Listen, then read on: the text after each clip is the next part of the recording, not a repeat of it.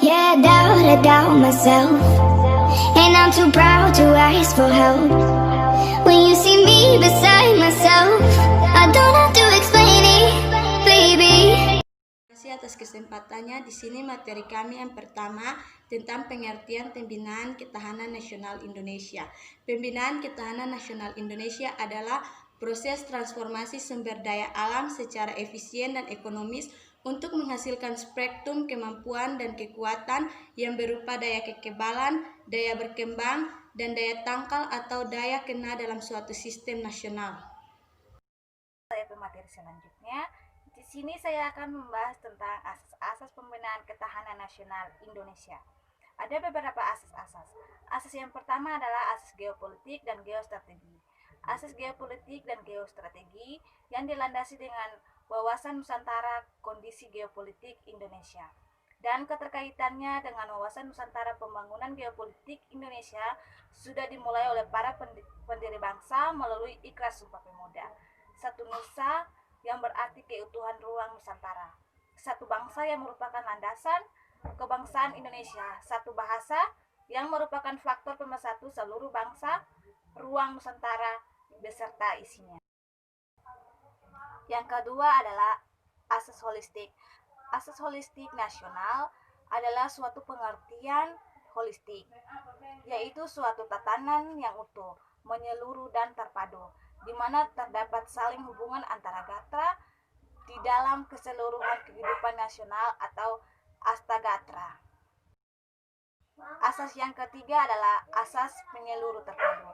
Asas menyeluruh terpadu sistem kehidupan nasional mencakup segenap aspek kehidupan bangsa dalam bentuk perwujudan persatuan dan perpaduan yang seimbang, serasi dan selaras pada seluruh aspek kehidupan bermasyarakat, sebangsa dan bernegara. Ketahanan nasional mencakup ketahanan segenap aspek kehidupan bangsa secara utuh, menyeluruh dan terpadu. Asas keempat adalah asas proyektif. Asas proyektif ketahanan nasional harus diproyeksikan dalam skenario masa depan. Yang dimaksud skenario ini adalah gambaran perubahan kondisi sistem kehidupan nasional yang disebabkan oleh dampak dari suatu atau dari luar. Kelima adalah asas efisien. Asas efisien ketahanan nasional perlu diperhatikan kriteria efisien atau ekonomisnya. Yang keenam adalah asas normatif. Asas normatif ketahanan nasional harus diikuti norma kesatuan pola tindak agar dicapai aspek efisien atau ekonomis. Dalam kegiatan nasional tersebut, perlu dilakukan kesatuan pola tindak yang meliputi 1. Kesatuan konsep terdiri atas keseragaman dalam pangkal, tolak berpikir, keseragaman dalam metode, dan keseragaman dalam bahasa.